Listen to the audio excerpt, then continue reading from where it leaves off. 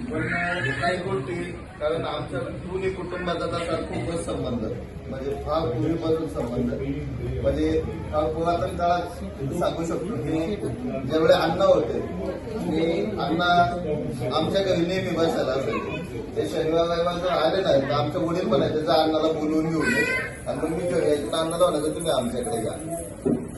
तर अण्णा आणि आमच्या गावाच्या कुटुंबामध्ये अण्णांचं एवढं म्हणजे शब्द चालायचा की आम्ही टीव्ही आणि सगळ्या गोष्टी एकत्रितच घ्यायचो की ह्यांच्याकडे जो टीव्ही असेल तो टीव्ही आमच्याकडे यायचा.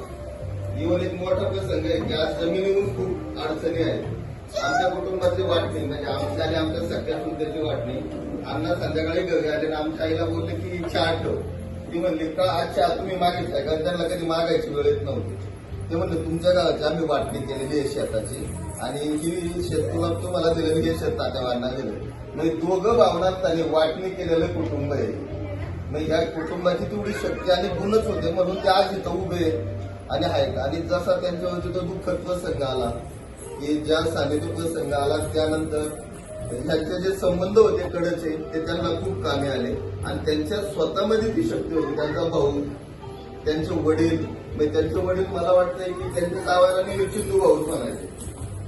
आणि मग त्यांनी हा सगळा संघर्ष स्वतःच्या अंगावरती घेतला की जे काही आहे मुलं लहान आहेत आणि ज्यांना नोकरीची माहिती नाही तर हातून बाहेर पडायची माहिती नाहीये अशा परिस्थितीमध्ये ते उभ्या राहिल्या.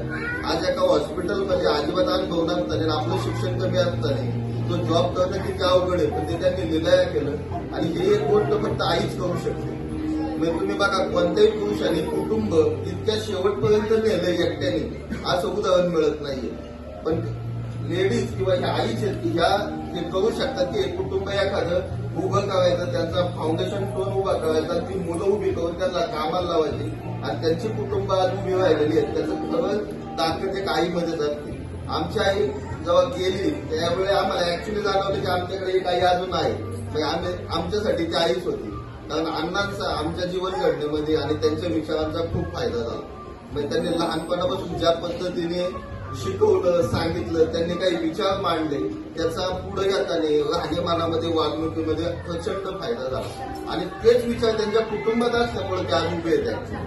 आज अण्णा जरी बोलून बघत असेल तर त्यांना यांचा अभिमान वाटत असेल की जरी आज आपल्याला संकट आलं तरी आपण ढळलो नाही. आपण परत उभेच राहिलो जसं आहे त्या ठिकाणीच आपण परत आलो.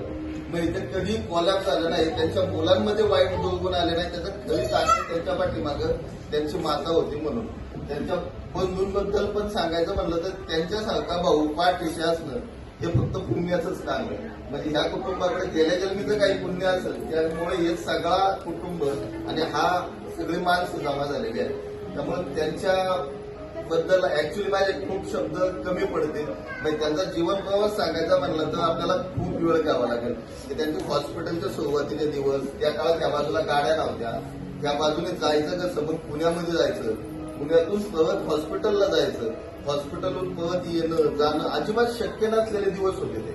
म्हणजे आजच्या काळात कोणतीही सुविधा नसताना ती नोकरी टिकवणं त्या कुटुंबासाठी आणि सगळं कुटुंबाची नोकरी टिकून शेती करणं मग या सगळ्या गोष्टींचा विचार केला तर हे त्यांचा त्याग आणि त्यांची ताकद ही खूपच मोठी म्हणजे यांची ताकद आपल्याला बरेच दिवस मोटिवेशन आणि प्रेरणा आहे निश्चितच. त्यामुळं त्यांना शुभेच्छा नाही तर त्यांना पुढील नवीन आयुष्यासाठी आमच्याकडून शुभेच्छा.